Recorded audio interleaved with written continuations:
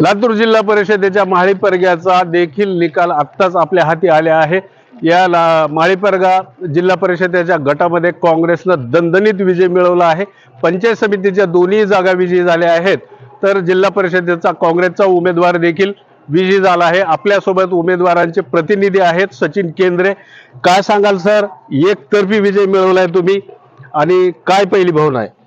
Sir, मी एवढंच नक्की सांगेन की हा विजय माझा नसून मायबाप जनतेचा आहे आणि मायबाप जनतेने जो भरघोस आशीर्वाद दिलाय त्या विश्वासाला मी पात्र राहून पुढील कार्यकाळात व्यवस्थित करेन।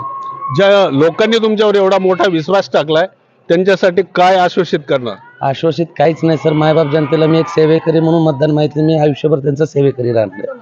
एकूणच जर पाहिलं तर खूप मोठा हा विजय आहे आणि काँग्रेसला चांगला यश मिळताना आपल्याला माळीपर्गा जिल्हा परिषद गटामध्ये पाहायला मिळालेलं आहे।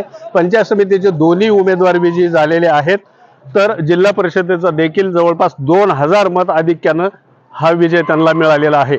Rajendra Dhulsatte, RRD news Marathi, Jalkot, Latur.